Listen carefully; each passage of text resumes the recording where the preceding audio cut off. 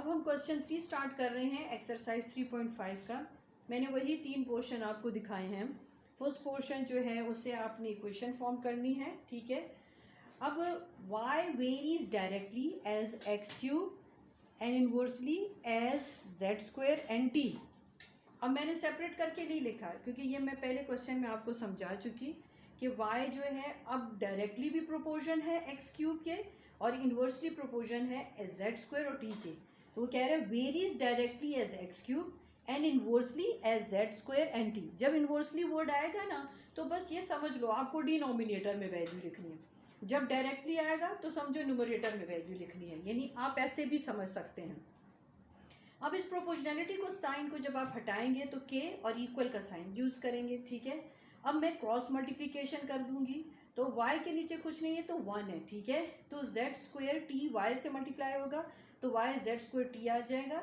तो के x cube अगर वंस के साथ मल्टीप्लाई होगा क्योंकि क्रॉस मल्टीप्लिकेशन हो रही है ना, तो के एक्स क्यूब आ जाएगा। अब आप इक्वेशन को इस डायरेक्शन में भी लिख सकते हैं और इस डायरेक्शन में भी लिख सकते हैं, यानी आप के एक्स क्यूब को यहाँ पर भी लिख सकते हैं और इस तरफ भी लिख सकते हैं, इससे कोई फ़र्क नहीं पड़ता।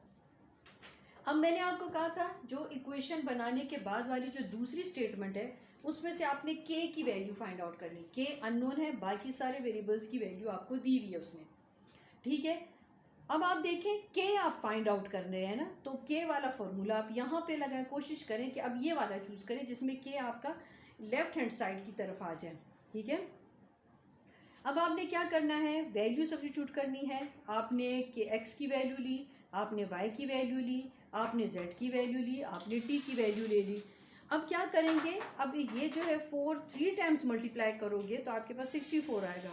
2 टाइम्स मल्टीप्लाई करोगे तो 4 आएगा। ये तीनों मल्टीप्लाई हो रहे हैं, ये मल्टीप्लाई हो रहा है तो ये यहाँ के डिवाइड हो जाएगा। 16 4 टाइम आपके पास क्या आ जाता है, 64 आता है। 4 4 के साथ कैंसिल होगा तो आपके पास के खाली 3 आ गया। बार बार मैं आपको कह रही हूँ आंसर को, इक्वेशंस को ब्लॉक में बंद करेंगे, ये पेपर में अच्छा एक्सप्रेशन पड़ता है इससे।